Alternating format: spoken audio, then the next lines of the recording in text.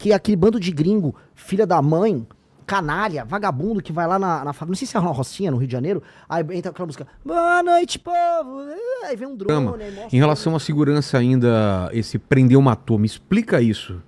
Prendeu, matou, foi vamos dizer, quase um grito. Porque eu tenho medo disso, o cara foi preso e morre. Não. Ah, tá. Não. Então explica Nada isso disso. Porque foi o seguinte, eu tava numa... não que alguns não mereçam, né? Foi pego agora um... eu sei, mas vou te dar um exemplo aqui.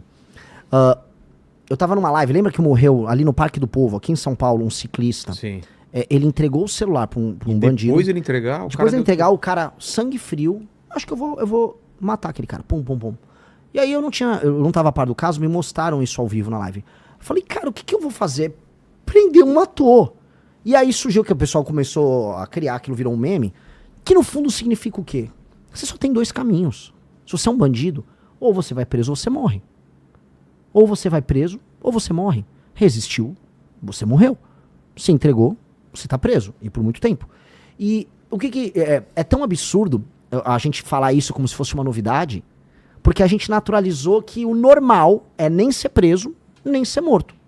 Que o normal é o bandido vai cometer o crime e nada vai acontecer. Até porque no Brasil a maior parte dos homicídios não são resolvidos. A gente vive num país, e isso vai explicar pra, sei lá, inspetor de polícia na gringa. Não, no Brasil a maior parte dos homicídios não se resolvem. Caramba. Não resolve.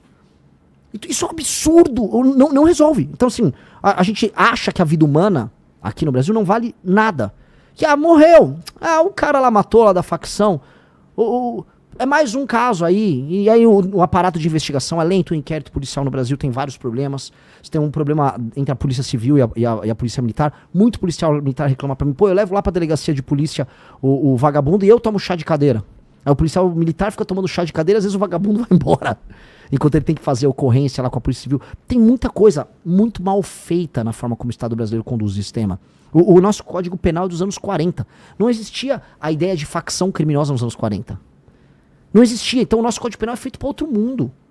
É um outro mundo. A ideia de uma facção criminosa que vai fazer ocupação territorial para distribuir serviços que o Estado ou empresas que são concessões provém, tipo Gatunete, como gás, não existia nos anos 40. Então o legislador, a nossa legislação é velha. E ela também não responde a hoje, vamos dizer, facções criminosas fortemente armadas, que fazem, por exemplo, exportação de droga. Boa parte do faturamento do PCC, ele não é sobre, vamos dizer, você vender a droga aqui.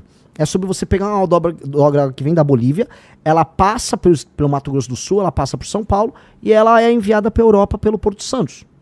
Ninguém nem precisou consumir aquela cocaína aqui. Mas o PCC ganhou por conseguir colocar em território europeu, ou na África, ou nos Estados Unidos, droga. E aí ele ganha muito. E aí esse dinheiro é reinvestido aqui. Por isso que o PCC tem toda uma operação gigantesca de lavagem de dinheiro. Posto de gasolina, Posto de gasolina, contrabando. Cara, empresas de hedge fund, né? Putz. Eles estão no mercado financeiro. Bet. Eles montaram funk. MC Rian foi preso. Lavagem de dinheiro usando show. Ou seja, todo um aparato multibilionário de lavagem de um dinheiro que, dentre outras coisas, vem da exportação da droga. Por que isso não para o Brasil, cara? Por que a gente não faz alguma coisa para não virar um narco-estado? Por que tipo, não vai dar em nada isso, daqui a pouco o pessoal esquece? Pelo mesmo motivo que as pessoas não ligam para não ter saneamento básico no Maranhão. Todo mundo naturalizou. Nós naturalizamos o absurdo. E a gente só percebe que é absurdo quando a gente pega um avião e vai para outro país e fala, nossa, a vida não precisa ser assim. Só que quantos brasileiros têm dinheiro para ir para outro país e ter esse choque? Andar de madrugada sem nenhuma preocupação de ser nenhuma. assaltado. E assim, uma dica pra galera que é brasileira. Se for pra Buenos Aires, se for pra outros países do terceiro mundo, se for pra Lima, no Peru, é melhor. Já sente diferença. Entendeu? Então assim, a vida não precisa ser assim. Só que as pessoas não entendem. As pessoas, infelizmente, naturalizam. E mais, você vai naturalizar quando até a mídia, quando até seus professores na faculdade, quando todo mundo fala pra você que é pra você naturalizar. Que é pra aceitar que a favela é parte de você, que você é um favelado também, que a tua cultura tem que ter o funk, que tem que ter lá a Bruna Marquezine rebolando com o cara. Boa noite, povo! Aí vem um drone, aí mostra o drone indo embora. Nossa, estou numa favela. Eles vêm fazer esse turismo da pobreza com a gente. E a gente aceita porque a gente acha que isso é ser Brasil. Aqui é Brasil! Não, cara, Nenhum lugar sério permite isso. Nenhum lugar sério aceita isso na própria identidade. Só que a gente é forçado a acreditar. A favela venceu. A favela venceu. A favela nunca venceu. A favela nunca venceu. Aquelas pessoas precisam se tornar cidadãos. Elas precisam ser donos dos títulos de propriedade. Elas precisam ter rua arborizada. A criancinha tem que ir na escola tranquila, que não vai ser assaltada, que não vai vir um canalha de uma gangue, como pegaram agora, que estuprou meninos de 7 e 10 anos. Que quando chegar na escola não vai ter um cara vendendo droga na porta da escola, que quando ele vai ter aula, o professor vai ter autoridade pra mandar calar a boca o aluno que não tá se comportando direito, porque os professores não estão aguentando mais, que a escola vai premiar os alunos que tiverem o melhor desempenho, as famílias vão ser premiadas, que esse aluno depois vai poder voltar pra casa dele, numa boa, tranquilo, e encontrar a mãe dele que vai ter um emprego, o pai dele, e que essas pessoas vão ter pego um bom transporte pra ir e voltar. Essa é a imaginação de um Brasil decente na favela. Isso é fazer a favela vencer. A favela vencer, a favela deixar de ser favela. A partir do momento que a favela deixou de ser favela, a favela venceu. Ela virou outra coisa. Uma lagarta que virou uma borboleta. Ela virou outra coisa. A favela só vence se ela não for favela. Não existe vitória num lugar em que as pessoas, em 2026, pegam tuberculose, porque elas vivem em becos, e aí a umidade é muito alta, e aí elas desenvolvem, e aí tem mofo e tal, e elas ficam com tuberculose, cara. 2026. Isso não é vitória. Pois é. Então não dá pra acreditar em nada disso. Assim, só que nós precisamos, assim, de um presidente, aí eu falo por quê da minha pré-candidatura, de um presidente que aponte, assim, isso tá tudo errado, e não aponte como meme. Eu entendo que as pessoas talvez imaginavam que o Bolsonaro fosse fazer isso. Outras pessoas no passado, quando era criança, imaginavam, o Enéas era isso. Eu lembro que eu fiz meu pai votar no Enéas. Porque você imaginava que alguém vai botar ordem na coisa. Só que não adiantou. As pessoas na época não acreditaram no Enéas, e o Bolsonaro, as pessoas acreditaram demais. E ele dava todos os sinais que ele próprio tinha essa mentalidade da favela que eu tô falando aqui.